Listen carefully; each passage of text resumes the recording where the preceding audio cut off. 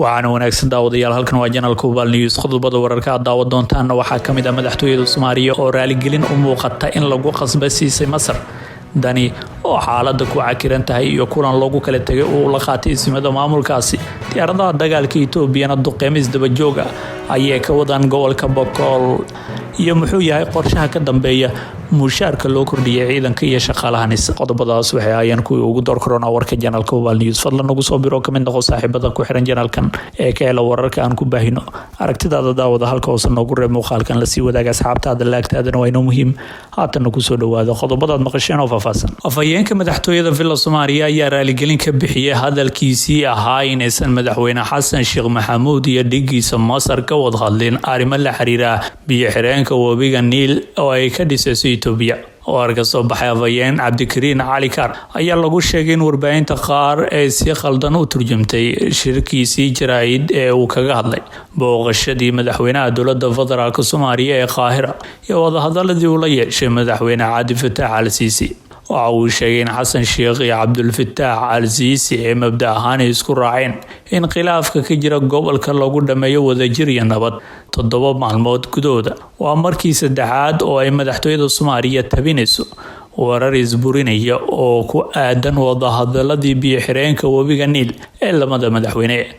Cabdul Fataax Al-Siisi madaxweynaha Masar ayaa ku sheegay shir jaraa'id oo ay ku wada qaateen madaxweyne Xasan Sheekh Maxamuud madaxtooyada Qaahira inay ka wada hadleen Qatar ay leedahay go'aan hal dhinac oo lagu dhisayo biyo xireenka wabiga Niil balse afayeenka madaxtooyada Soomaaliya Cabdikariin Cali Kar ayaa beeniyay in madaxweyne Xasan Sheekh iyo Al-Siisi ay arrinkaasi ka wada hadleen wuxuuna sheegay haddii uu madaxweyne Xasan Sheekh ku qanacsan yahay hadalka Al-Siisi ama ka wada hadleen uu isla waqtigaasi ka jawaabi lahaa waa sidoo hadalku u dhigay geesta kalena daniga ismada Puntland waxa ay ku kala tageen shirka dhacay Garowe sidaan ku leeyno xoga ka imaanaya magaalada Garowe ee xarunta maamulka Puntland Saciid Cabdullaahi Dani madaxweynaha dowlad goboleedka maamulkaas oo uu heliyo ku-xigeenkiisa Axmed Cilmi Ismaan Karaash iyo ismada maamulka Puntland ayaa kulan ku yeesheen saacadii aanu ka soo gudubnay madaxtooyada dowlad goboleedka maamulka Puntland ee Garowe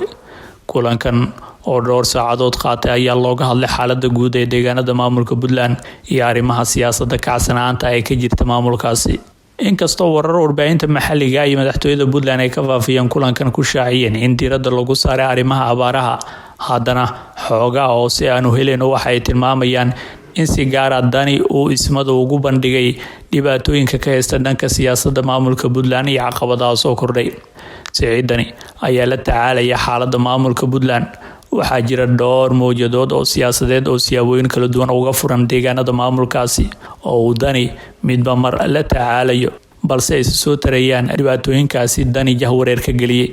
Saciid Dani ayaana cabashooyinkaasi u gudbiyay ismada maamulka Puntland waxa uu ka codsaday in arrinkaasi xalinteeda kala qayb qaataan balse sidoo kalena waxa la sheegay in ay ka wada doodeen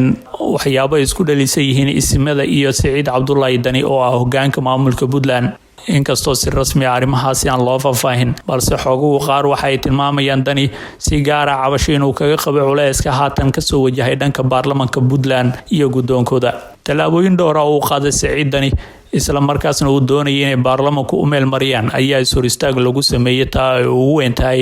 garsoorayaasha maxkamadda sare iyo waliba iibinta dhismaha xarunta dowladda hoose ee magaalada Garowe taa oo ay baarlamaanka maamulka Puntland gaashaanka u daruureen Saciid Dani ayaana baqdin xoogan ka qaba inay baarlamaanka maamulka Puntland inta uusan waqtigiisa dhameysan ay mooshin ka gudbiyaan isla markaasna xilka qaadis oo ku sameeyaan maadaama ay sii tarayaan cadaadisyada xoogan ee uu la kulmayo ismada maamulka Puntland ee uu garabka ka doontay Saciid Dani ayaa la sheegay in ay isku fahmi waayeen qodobada qaar taana ee keentay in lagu kala tago kulankii ka dhacay xarunta madaxtooyada maamulka Puntland ee Garowe diyaaradaha dagaalka dalka Itoobiya duqeymo xoogan ayay ka fuliyeen gobolka Boqol wararka laga helayo gobolka Boqol ayaa sheegay in diyaaradaha dagaalka Itoobiya duqeymo dhanka cirka ku qaadeen deegaano ay ka taliyaan kooxda Al-Shabaab diyaaradaha dagaalka Itoobiya gaar ahaan nooca MiG loo yaqaan ayaa duqeeyeen xarumaha Al-Shabaab ay ku leeyihiin deegaanka Garasweyne oo ku dhawaad 50 kiiloomitir u jira magaalada Xudur oo ah xarunta gobolka Boqol waxaana la sheegay inay geysteen khasaare kala duwan Itoobiya ayaa sheegtay in halkaasi ay isku aruursanayeen maleeshiyaad fara badan oo ka tirsan Al-Shabaab si weerar cusub ugu soo qaadaan dalka Itoobiya iyadoo ay beegsadeen xarumahaasi iyo maleeshiyaadkii ku sugnaa. dhinaca kale warbaahinta kooxda Al-Shabaab ayaa sheegtay in diyaarad dagaal oo miiga ay gantaal ku dhufatay tuulada Garasweyne halkaasna ay ku dhaawacday qof haweeney ah oo magaceeda lagu sheegay Faadumo Xuseen Cabdi Raxmaan oo 20 sano jir ah waa sida ay baahiyeen Al-Shabaab. ma jiraan faahfaahin kale oo laga helay weerarada dhinaca cirka ah ee diyaaradaha dagaalka Itoobiya qaadeen saacadii aanu ka soo gudubnay waxaana dowladda federaalka Itoobiya ka walwalsan tahay is-uruursiga kooxda Al-Shabaab ku doonaysa inay mar kale weeraraan deegaanka Soomaalida galbeed si ay u gaaraan xarumaha falaagada Oromada ee OLF. balse dagaaladii ugu dambeeyay iyo duqeymahan siyaabooyin kala duwan u dhacay ayaa Itoobiya mid kamid ah waxa ay ku sheegtay inay ku beegsatay hogaamiyaal sare oo ka tirsan kooxda Al-Shabaab isla markaasna ay dishay xubno ay kamid yihiin afayeenka howlgallada Al-Shabaab Abu Muscab iyo sidoo kale Fuad Shongole. inkastoo kooxda Al-Shabaab ay arrinkaasi beenisay lana baahiyay cod laga duubay afayeenka kooxda Al-Shabaab ee dhanka howlgallada Abu Muscab. وهاجي داود يالي مكان وحن ويجينا قرشها كدنبية مشاركة لو كردية عيدا كي شقالان يسمعوا ياي hay-adda nabad sugidda iyo sirdoonka qaranka Soomaaliyeed ee NISA ayaa kordhisay mushaaraadka ciidanka iyo shaqaalaha rayidka ee hay-adda sida lagu sheegay qoraal ka soo baxay hay-addaas oo lagu faafiyay warbaahinta dowladda Soomaaliya. hanaanka mushaar kordhinta ee hay-adda NISA waxaa la waafajiyay sida qoraalkan lagu sheegay kala sareynta darajada tirada mushaaraadkii hore ee qof walba iyo waliba cabirka aqoonta. waxay tallaabadan imaanaysaa 2 bilood kadib markii Mahad Maxamed Salaad loo magacaabay taliyaha hay-adda sirdoonka iyo nabad sugidda qaranka. sida wararku sheegayaan 2 bilood ee la soo dhaafay hogaanka cusub ee hay-adda NISA wuxuu jaray lacag kumanaan kun oo dollar oo laga bixin jiray xisaabaadka hay-adda taas oo la siin jiray dhinacyada siyaasadeed saaxiibo iyo xubno madaxtooyada ku soo wareejisay hay-addan si loo hayo lacagahaasi la jaray iyo kabka hay-adda sameysay ayaana la sheegay inuu sahlay mushaar kordhinta lagu dhawaaqay. ciidanka hubeysan ee NISA iyo shaqaalaha rayidka ah labaduba waa ka mushaar yaraayeen ciidanka iyo shaqaalaha hay-adaha kale ee dowladda Soomaaliya.